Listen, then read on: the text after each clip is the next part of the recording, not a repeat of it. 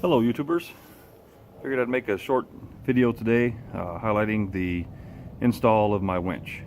Installed on my 2011 F150 is a Smittybilt 12,000 pound winch. This is installed inside the bumper, as you can tell. It is a cable winch, so it has the roller fair lead. As far as the front install through the bumper, it's pretty clean design. As you know, on these 09 through 14 F150s, there's a giant hole right here that's either covered by a license plate, or some people put a off-road light in here, etc. I thought it best for a winch. So nonetheless, here it is. I'll open the hood.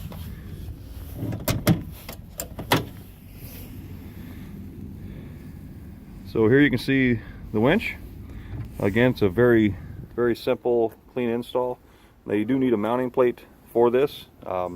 Below the winch, down here, you will see a mounting plate.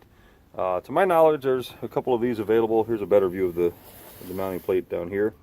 The mounting plate is approximately 1/4 inch steel. Pretty rugged, very stiff, and so it bolts on to the bottom side of your frame rails right here. And what happens is you have your tow hooks right here that unbolt, and you simply unbolt the factory ones, and then you can run the, one second, get over here. You can attach your plate. You can zoom out a bit. You can attach your plate here. As you can see, it goes across to the frame rail on the passenger side and all the way across to the frame rail on the driver's side. So you pull out your existing hooks, and then this bolts in between the hook and the frame rail. The hook is mounted again back on the bottom side. So again, very rugged install. Then for your winch, you insert the winch in. You insert the winch in from the top side above the bumper, and underneath you can run your bolts through, such as I have done here. And that's really about it.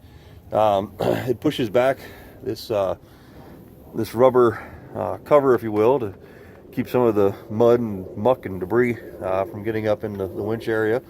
And the only other thing I did to aid in installation of this is the instructions tell you to remove this piece here.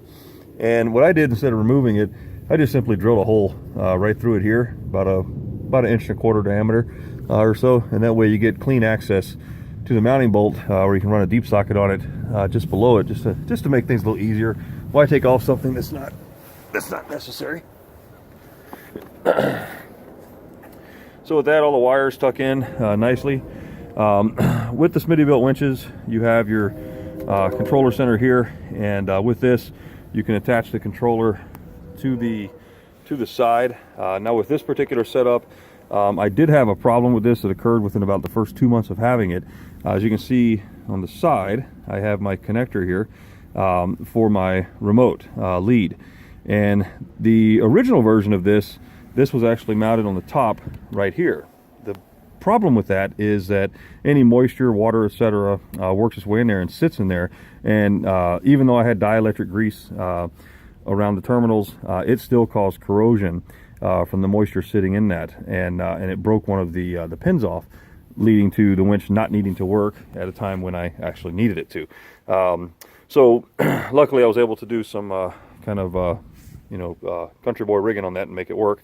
In the meantime, I contacted Smittybilt, and they sent out, without any question at all, they sent out a replacement. Didn't even need to get the old one, so I've got a spare part that I've since fixed, but they sent out a replacement here, where the controller box itself can easily be removed, and the new design is they've mounted this on the side.